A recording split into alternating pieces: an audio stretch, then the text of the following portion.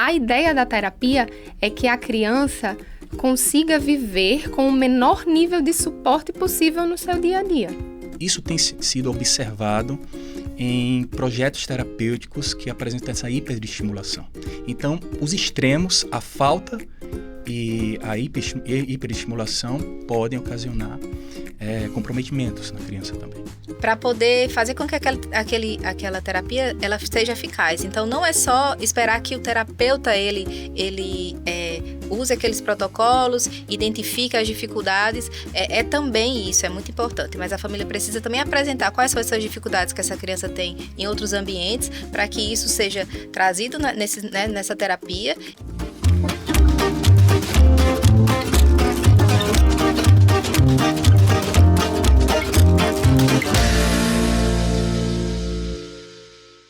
Olá, seja bem-vindo a mais um episódio do Fantástico Mundo. O tema de hoje envolve um assunto que talvez você ainda não tenha ouvido falar. Quando uma criança ou adulto é diagnosticado com TEA, muito se diz sobre quais terapias fazer, mas pouco se discute sobre os objetivos e aspectos que podem influenciar a sua efetividade, considerando a complexidade do autismo e as necessidades únicas de cada indivíduo. Além disso, como todo tratamento, é necessário que a família acompanhe, solicite dados, gráficos, referentes às avaliações e reavaliações que comprovem a evolução da criança, pois o excesso de terapias também pode trazer riscos. Vamos aprender mais sobre esse assunto com os profissionais aqui presentes? Então vem com a gente. E hoje o time aqui presente na bancada conta com a psicóloga e neuropsicóloga com pós em análise do comportamento aplicada, a ABA, pós em desenvolvimento infantil, curso introdutório em ESDM, Narla Pinheiro. Temos também o Dr. Rafael Melchuna, estou falando certo, Sim. doutor? Que é psicólogo do Núcleo de Terapias Especiais da Unimed, é especialista em terapia cognitivo-comportamental, avaliação psicológica e psicologia jurídica, com pós-graduação em neuropsicologia. Também contamos com a doutora Cinelli Oliveira, que é médica pediátrica, do Núcleo de Terapias Especiais, a quem eu dou boas-vindas aos três aqui, porque temos um desafio, falar das terapias. Não é isso? Isso mesmo, muito obrigada. E realmente é muito desafiante, porque a gente entende que o processo diagnóstico do TEA ele é bem complexo. E a própria mudança da rotina na família que tem, né? Quando você começa um processo terapêutico. E nesse processo, eu gosto de chamar de processo, porque é algo que vai ser muito prolongado. É uma condição que vai acompanhar a criança durante toda a vida. Então, vai ter muito tempo de caminhada e nesse tempo é muito importante a gente entender o que é a terapia. Era isso que eu ia perguntar, assim, o objetivo, né, assim, o ponto de partida. Vamos começar do começo mesmo, né? Exatamente. Falar sobre o ponto de partida, né? Quais os objetivos da terapia aí na vida de uma criança, de um adulto que já foi diagnosticado com TEA? Então, o objetivo da terapia é que a criança ela adquira habilidades para que ela possa conviver no seu meio habitual.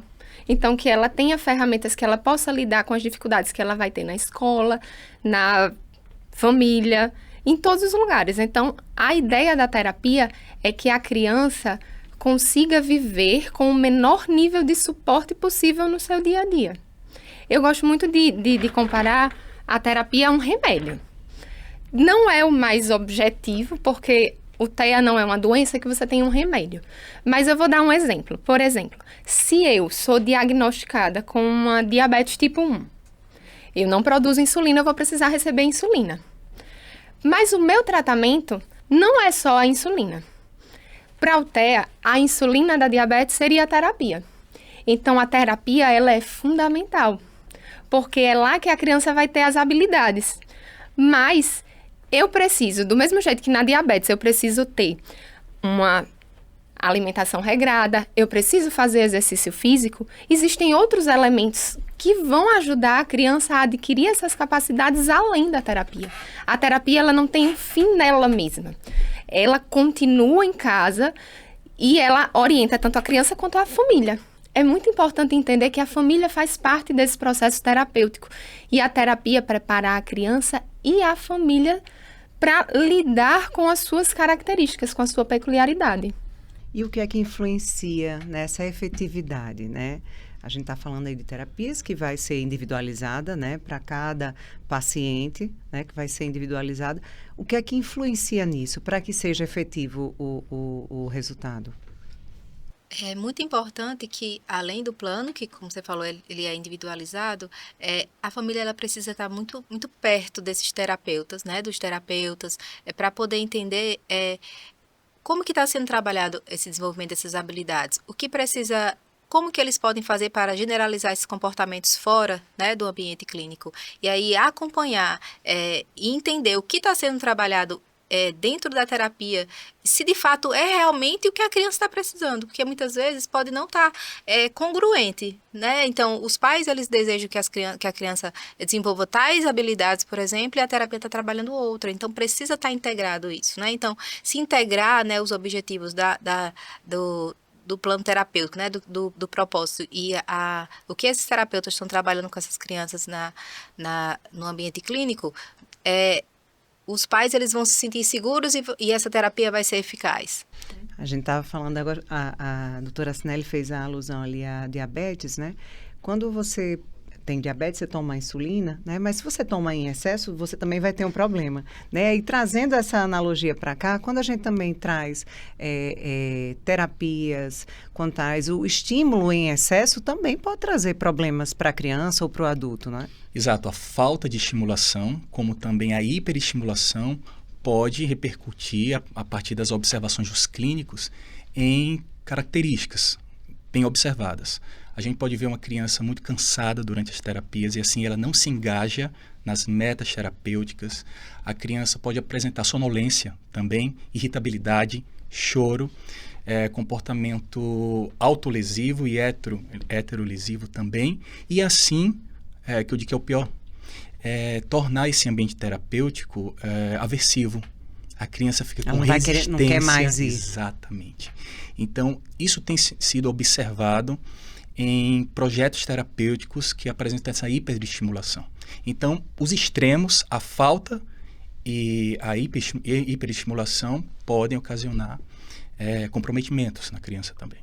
E acaba que os pais acabam vendo isso também em casa, né? Porque o senhor está falando aí com relação ao que é diagnosticado ali como resposta ao excesso, à hiperestimulação, dentro do consultório. Mas os pais também podem ter essa noção em casa também, né? Sim, também, né? Essas mesmas características, condições que eu falei anteriormente.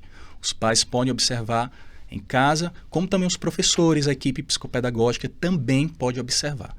Então, a gente precisa entender quais são as reais necessidades da criança.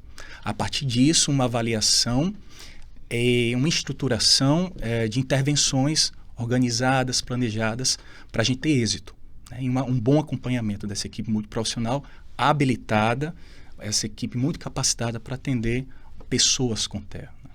Eu acredito que quando o pai e a mãe cheguem, né, buscando um tratamento, buscando o suporte mesmo, né, com toda aquela equipe multidisciplinar, quer dar o melhor ao filho e tudo que tiver ao seu alcance, né? Mas tem que ter essa individualização, né, doutora? Não existe um limite máximo ou mínimo, eu acredito, mas existe aquele assim, é um tratamento individual que muitas vezes, assim, uma mãe que tem uma outra colega mãe que também tem um filho com TEA, fala assim, mas meu filho faz isso, isso e aquilo. Mas nem sempre aquilo ali vai ser também positivo para o seu filho, né? Exatamente, porque a gente tem que ver que quando a gente fala de TEA, né, o próprio nome, ele diz que é o transtorno de um espectro. Então, dentro de um espectro, ele pode ter manifestações diferentes, ele pode ter diferentes graus de comprometimento em áreas diferentes. Então, por isso que é importante ter um olhar individualizado daquela criança e daquela família. O que eu acho fundamental nesse processo de individualização é o diálogo entre todas as partes.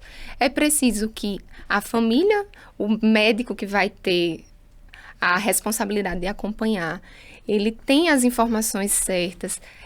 A família, ela tem que estar muito apropriada do que é cada uma das terapias, de qual é o objetivo, de como é trabalhado. E os próprios terapeutas, eles têm que dar a impressão deles de como está a evolução, porque é preciso que todos os elos, eles conversem entre si. Porque a ideia não é que existem rivais, mas todos têm que se unir a fim de que aquela criança seja acompanhada da melhor forma possível, né? E isso, o elo fundamental disso é a família. Porque é a família que está com a criança, é a família que vai trazer a queixa para o médico, é a família que vai estar com a criança naquela terapia. Então, por exemplo, quando eu estou no consultório, para mim, é inadmissível uma família dizer que não conhece o terapeuta do filho, que não consegue conversar.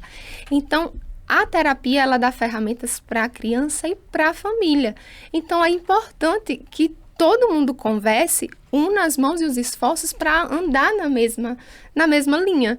Então, é importante eu saber que se está sendo trabalhada a habilidade de, vamos dar um exemplo, a criança aprender a lidar com as negativas. Então, é importante que em casa eu tenha as ferramentas de como trabalhar com essa criança quando eu precisar dizer um não. Fazer o dever de casa. Fazer o dever de casa. Que é isso que vai fazer o sucesso terapêutico. É a família que vai conseguir avaliar a qualidade. A criança tem que estar descansada para ir para a terapia, fazer as atividades que são propostas. E não dormir a terapia inteira, por exemplo. Então, quando a gente começa a perceber que existem esses elementos que podem estar atrapalhando mesmo a efetividade do processo terapêutico, a gente tem que sentar, repensar como está a rotina daquela criança. Então, tomando aí como ponto de partida também essa avaliação, né, do planejamento, do que está sendo feito, como se planeja, né, como se garante, né, e avalia que os resultados estão vindo, né, como que está acontecendo uma evolução do paciente, doutor?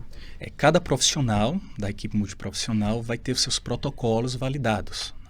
E aí o monitoramento é muito importante junto com a família, né? Então, eu sou da terapia cognitivo-comportamental. Eu tenho escalas que vai monitorar o progresso, a evolução do meu paciente no que se trata de habilidades sociais. Já na lista do comportamento, ela pode utilizar escalas como VibMap, e entre outros, né? O terapeuta ocupacional vai ter o seu protocolo, o fonoaudiólogo também. Então, é muito importante esse monitoramento para verificar a evolução, o desenvolvimento das habilidades e uma possível alta também.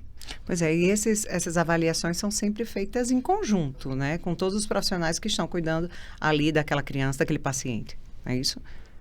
Isso, e eu acho que o principal, assim, nesse processo também está a família, né? Para poder fazer com que aquela terapia, ela seja eficaz. Então, não é só esperar que o terapeuta, ele use aqueles protocolos, identifique as dificuldades, é também isso, é muito importante. Mas a família precisa também apresentar quais são essas dificuldades que essa criança tem em outros ambientes, para que isso seja trazido nessa terapia e trabalhado, e aí se precisar recalcular a rota, né, mudar algum tipo de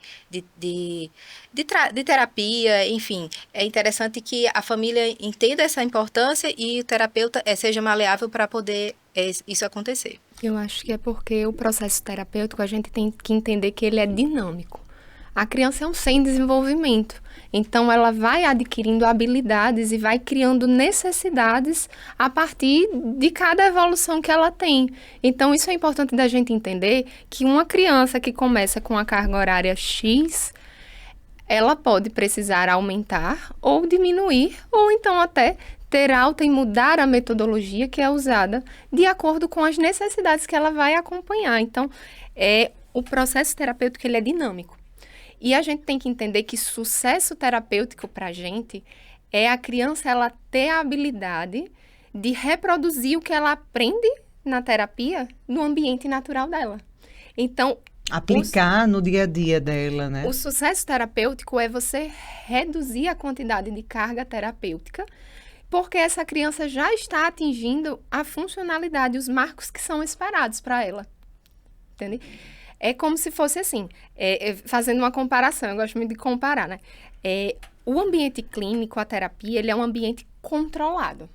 Então, o terapeuta vai estar lá diminuindo estímulos. É bem diferente do ambiente natural. É como se eu, com diabetes, eu estou na minha casa. Na minha casa, eu não compro... Eu diabética, eu não vou comprar doce, não vou comprar pão, não vou comprar nada que saia da minha dieta. Então, quando eu estou em casa, minha glicemia tá boa. Mas eu vou precisar ir trabalhar. E no meu trabalho, eu trabalho dando plantão. E lá vai ter bolo, vai ter salgadinho, vai ter várias coisas. Então, esses estímulos vão estar presentes e eu tenho que saber lidar. Por exemplo, se eu tiver dificuldade de lidar com os estímulos que tem no ambiente, e o médico diz, sua glicose está muito descontrolada. Qual seria a alternativa que você pensaria para mim? Você cogitaria a possibilidade de me mandar sair do trabalho? Não. Então, a gente tem que entender que a terapia, ela não é substitutiva do dia a dia normal da criança. Então, a criança, ela tem direito de ir para a escola, ela tem direito de conviver com a família. Isso é direito e é necessidade dela. Então, a terapia, ela tem que estar casada com a rotina dessa criança. Identificando essas dificuldades de aplicar as habilidades que aprende dentro do consultório no seu dia a dia, na sua escola, na sua casa. Isso é o sucesso terapêutico e esse é o objetivo que a gente tem na terapia do TEA. Entendi. E como é que se garante que essas habilidades desenvolvidas sejam, né, generalizadas, sejam levadas para diferentes ambientes, né? Para todos os ambientes que as crianças vão viver e conviver com outras pessoas? Eita, a garantia é que ela tenha um tratamento efetivo, que ela tenha uma qualidade nesse tratamento. É como se fosse assim, se eu tomo um comprimido de farinha, ele não vai fazer efeito. Então, não vai adiantar eu tomar 3 comprimidos de farinha. Eu tenho que mudar o meu comprimido. Eu tenho que ter um comprimido de qualidade. Então, eu tenho que ter uma carga horária e um trabalho com a qualidade suficiente para que a criança consiga generalizar e tenha as habilidades para lidar com os interferentes ambientais. Então, o comportamento que essa criança vai apresentar no dia a dia dela vai ser o principal fator que vai me fazer acreditar que esse tratamento está sendo efetivo, que ele está tendo sucesso. É a família que vai dizer para mim no consultório, doutora, depois que ele entrou na intervenção comportamental, eu já consigo que ele fique sentado comigo e consiga fazer uma refeição. Então, são esses elementos. E você percebe que são elementos subjetivos, não são objetivos. Então, por isso que a gente sempre bate na tecla da informação da família. É a família que vai levar para o prescritor a informação de como está. É a família que está vendo se esse tratamento está sendo de qualidade. Porque se ele chegar para mim e disser, não, doutora, está fazendo essa carga horária X e não está respondendo. Eu, como médica, vou acreditar que a qualidade não está boa. Será que é a carga horária? Vou aumentar. Mas existem muitos elementos que precisam ser investigados e precisam ser avaliados para a gente entender qual é o real papel da carga horária, qual é o real papel dessa continuidade do tratamento em casa, dessas ferramentas que estão sendo repassadas para a família. O que eu tenho visto aqui, a gente tem tido prazer e alegria, na verdade, de conversar com algumas mães, né, que têm filhos em tratamento, em terapias diversificadas, e o que elas mostram exatamente é assim, que o primeiro passo, né, quando você tem aquela equipe multidisciplinar, é de fato acreditar, né, e dar as mãos, como a senhora estava dizendo, para que o tratamento seja efetivo, né? E assim, porque eu volto a falar, eu como mãe, eu sei que é isso, assim, você quer dar o melhor para o seu filho, se tiver 10 terapias e você entender que aquilo ali vai ser bom para o seu filho, você vai querer também, mas nem sempre esse é o melhor, né? Então, você tem que acreditar naqueles profissionais que estão acompanhando seu filho, que estão vendo o seu filho de forma técnica também, né? Dentro do conhecimento que cada um ali tem, um TO, um psicólogo, a pediatra, enfim, todos dentro da sua área e conseguem entender de uma forma completamente diferente do que aquela mãe. A mãe sabe de tudo, né? Assim, o olhar da mãe não tem outro,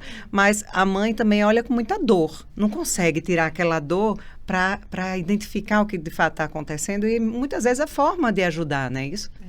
E também tem a questão da ansiedade, né? Então, os pais, eles acabam ficando muito ansiosos para que a criança se desenvolva, para que aquelas habilidades sejam adquiridas. E aí, isso acaba, muitas vezes, atrapalhando esse processo, né? E, às vezes, a forma com que o pai traz isso, eu acredito até nas consultas mesmo com o médico assistente, traz muito dessa ansiedade, e aí acaba que é visto que a criança não tá tendo evolução.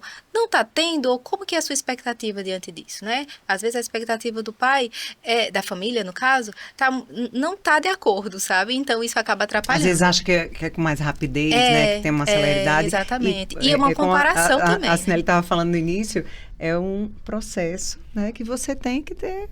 Às vezes vai andar um pouquinho mais devagar, depois vai andar mais rápido, né? Assim, eu tenho visto vários casos aqui que eu tenho o prazer de ver, porque é exatamente isso. Às vezes você até está um pouquinho desenganado e de repente a criança vai, né, e desarna. E não pode comparar também, né? Que existe muito essa questão de comparar, mas aí o desenvolvimento de tal criança, né? E dessa outra criança que eu conheço foi assim. Então, acho que ele precisa dessas mesmas terapias, porque ele está evoluindo, mas é individualizado, né? E não tem como a gente comparar o progresso de uma criança e de outra, né? Seja ela típica ou não, né? Então, assim, tem que ter muito esse cuidado, né? As famílias nesse sentido. Exatamente. Se a gente tiver 10 crianças com TEA, as 10 crianças serão diferentes devido às suas estimulações, fatores genéticos, entre outras variáveis também. E essa discussão me leva a pensar qual o papel da equipe multiprofissional nas intervenções, qual o papel da família nas intervenções e qual o papel da escola. Então, cada contexto, assumindo suas responsabilidades, a possibilidade que a gente tenha um bom prognóstico nisso tudo. Eu queria agradecer a todos vocês por participarem, Narla, Rafael, doutora Sineli, pela presença, e aqui o convite está feito para sempre participar aqui das discussões, viu? E lembrar que no caso do TEA é crucial que as terapias sejam personalizadas e equilibradas, focando nas necessidades e capacidades individuais e sempre avaliadas em termos de sua efetividade, impactando de forma positiva na funcionalidade da criança. Gostaríamos de agradecer a presença dos nossos convidados mais uma vez, a vocês que nos acompanham sempre. Esperamos que esse episódio tenha sido informativo e inspirador. Continue acompanhando nosso programa para descobrir mais sobre esse fantástico mundo. Até a próxima. Não se esqueça de inscrever aqui no canal e mandar o vídeo para toda a sua rede de apoio.